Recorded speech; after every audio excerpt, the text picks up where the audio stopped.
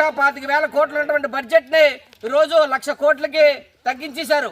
90 కోట్లు 80 కోట్లు ఇప్పుడు 62 కోట్లు బడ్జెట్ అటువంటి తగ్గించారు. దీనివల్ల కూలీలు డబ్బులు అటువంటివి ఈరోజు సక్రమంగా పడట్లేదు. మెటీరియల్ ఛార్జ్ విపరీతంగా పెంచేశారు. గ్రామాల్లోనే కూలీల కష్టంతో రాష్ట్రాలన్నీ కూడా అభివృద్ధి చెందుతూ ఉన్నాయి. కానీ కూలీలకు మాత్రం సకాలంలో డబ్బులు వచ్చేటువంటి పరిస్థితి ఈరోజు కనిపించట్లేదు. మొన్న 2 లక్షల రూపాయలు ఇన్సూరెన్స్ ఇచ్చామని చెప్పారు. 2 లక్షలు కాదు, 25 లక్షల రూపాయలు ఇన్సూరెన్స్ ఇవ్వాలి. ఎందుకంటే మనిషి ప్రాణం చాలా విలువైనటువంటిది. అటువంటి ప్రాణం మని టెంట్లోని ఈరోజు వడదబ్బను కూడా లెక్క చేయకుండా కూలీలు పనిచేస్తుండ్రు. కాబట్టి ఎవరికి ఏ ప్రమాదం జరిగినా 25 లక్షల రూపాయలు ఇచ్చేటువంటి స్కీమ్ అటువంటిది ప్రభుత్వం తీసుకురావాలటువంటి చట్టాన్ని చేయాలని చెప్పేసి మేము డిమాండ్ చేస్తూ ఉన్నాం. అదేవిధంగా ఉపాధి కూలీలే కాదు, ఉపాధి కూలీల చేత పనిచేసినటువంటి వీఆర్పీలకి జీతాలు లేవు, టెక్నికల్ అసిస్టెంట్ల జీతాలు లేవు, కంప్యూటర్ ఆపరేటర్ జీతాలు లేవు, ఏపీఓలకి జీతాలు లేవు. ఈ వ్యవస్థని పూర్తిగా కేంద్ర ప్రభుత్వం పూర్తిగా నిర్వీర్యం చేయడం కోసం తీవ్రమైనటువంటి ఇబ్బందులు పెట్టి కూలీలే ఈ పని మాకు అక్కర్లేదు, మేము చేయలేమని చెప్పేటువంటి పరిస్థితికి ఈరోజు ప్రభుత్వం తీసుకొస్తుంది. కాబట్టి కేంద్ర ప్రభుత్వం ఆటలంటువంటి సాగనీయబోము. కాబట్టి ఉపాధి హామీ చట్టం కావాలి. ఈ చట్టంలోని మెరుగైనటువంటి మార్పులు తీసుకురావాలి. వీళ్ళందరినీ ఆదుకోవాలని చెప్పేసి మేము డిమాండ్ చేస్తూ రాష్ట్రం అంతా దేశం అంతా వచ్చే నెల 9వ తారీఖున పెద్ద ఎత్తున సమ్మె అనేటువంటిది జరుగుతూ ఉంది. కాబట్టి ఈ సభ్యులు కూలీలందరూ పాల్గొంటారు. ప్రభుత్వం ఆలోచన చేయాలి, మెరుగైనటువంటి విధానాలు తీసుకొని వచ్చి కూలీలకి ఎప్పటికప్పుడు డబ్బులు చెల్లించే విధంగా చేయాలని చెప్పేసి కోరుతా ఉన్నాం. ఇక్కడ ఏదైనా ఆందోళన నిరసన చేస్తే అధికారులకు ఏదో తలదింపుడు వచ్చినటువంటి ఈరోజు బాధపడిపోతూ ఉన్నారు. కానీ కూలీలు కడుపు మంటలంటువంటి వాళ్ళకి అర్థం కావట్లేదా అని చెప్పేసి అడుగుతా ఉన్నాం. నెల రోజులు జీతం రాకపోతే ఆ కూలీల యొక్క బతుకులు ఎలాగుంటాయి, వాళ్ళ యొక్క పరిస్థితులు ఏంటంటే వాటిని అర్థం చేసుకోండి. కాబట్టి ఆ విధంగా మీరందరూ కూడా రానున్న రోజుల్లోనే ప్రతి కూలీకి 15 రోజుల్లోగా బిల్లులు చెల్లించకపోతే కూలీలే పోలీస్ స్టేషన్లకు వెళ్ళి పెద్ద ఎత్తున వాళ్ళ కంప్లైంట్లు ఇచ్చి ఫిర్యాదులు ఇచ్చి వాళ్ళు డబ్బులు వసూలు చేసుకుంటారు. ఆ విధమైన పరిస్థితులు రాకుండా ఈరోజు ఉద్యోగులకి కూలీలకి శ్రామికులు ఎవరైతే ఉన్నారో వాళ్ళందరికీ తక్షణమే బకాయిలు విడుదల చేయాలి. ఉపాధి హామీ చట్టాన్ని పటిష్టంగా అమలు చేయాలని చెప్పేసి కూలీలు నిరసన తెలియజేస్తా ఉన్నారు.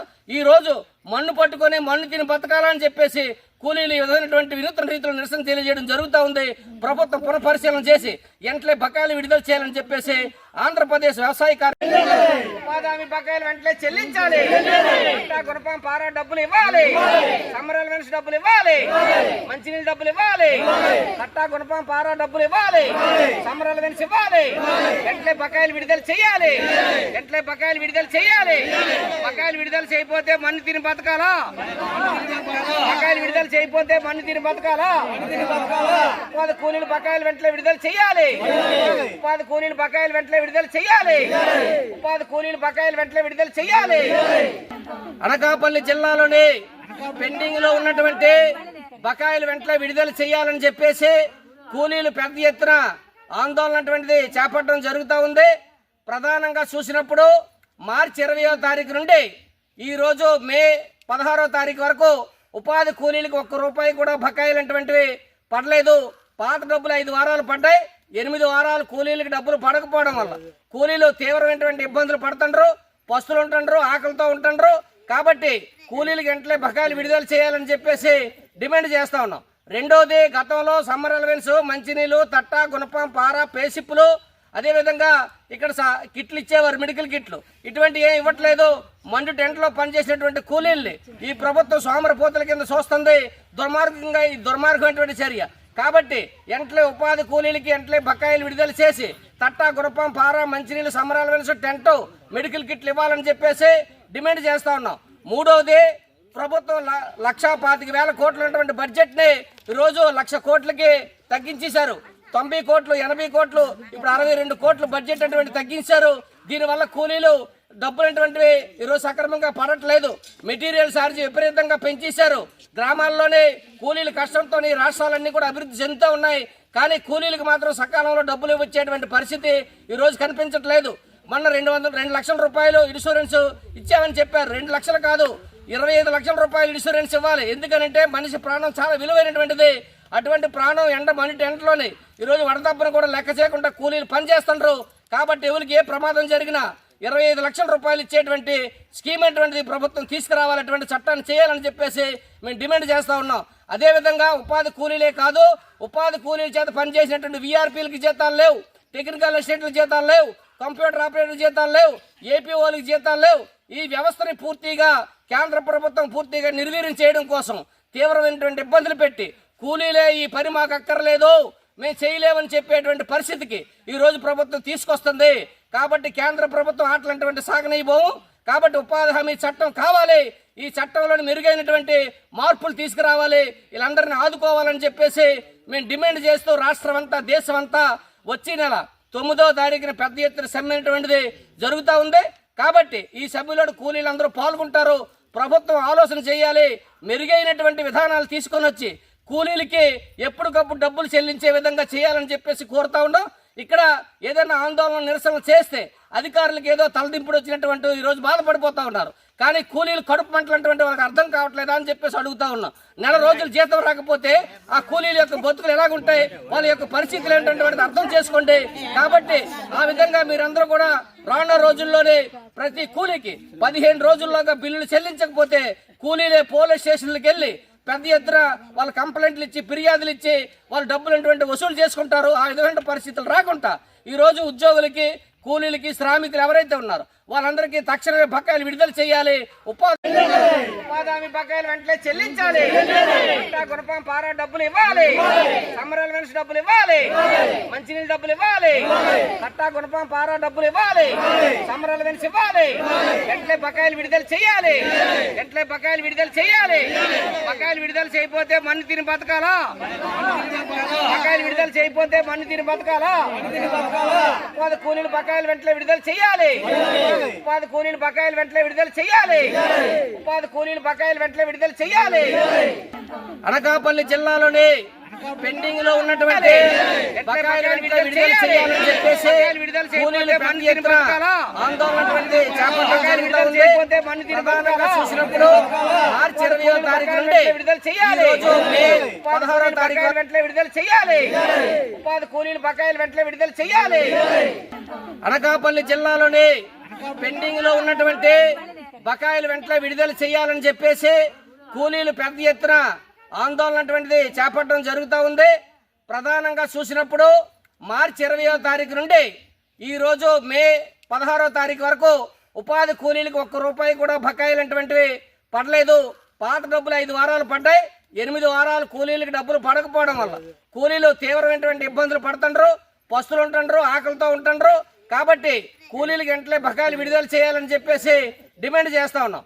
రెండోది, గతంలో సమ్మర్ అలవెన్స్, మంచినీళ్ళు, తట్ట, గుణపం, పార, పేసిప్పులు, అదేవిధంగా ఇక్కడ కిట్లు ఇచ్చేవారు, మెడికల్ కిట్లు. ఇటువంటి ఏం ఇవ్వట్లేదు.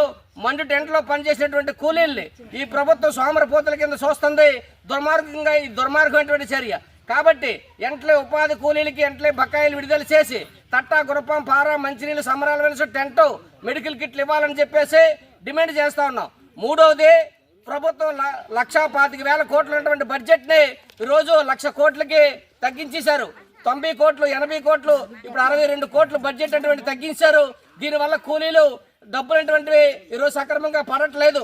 మెటీరియల్ ఛార్జ్ విపరీతంగా పెంచేశారు. గ్రామాల్లోనే కూలీల కష్టంతో రాష్ట్రాలన్నీ కూడా అభివృద్ధి చెందుతూ ఉన్నాయి.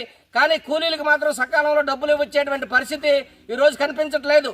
మొన్న 2 లక్షల రూపాయలు ఇన్సూరెన్స్ ఇచ్చామని చెప్పారు. 2 లక్షలు కాదు, 25 లక్షల రూపాయలు ఇన్సూరెన్స్ ఇవ్వాలి. ఎందుకంటే మనిషి ప్రాణం చాలా విలువైనటువంటిది.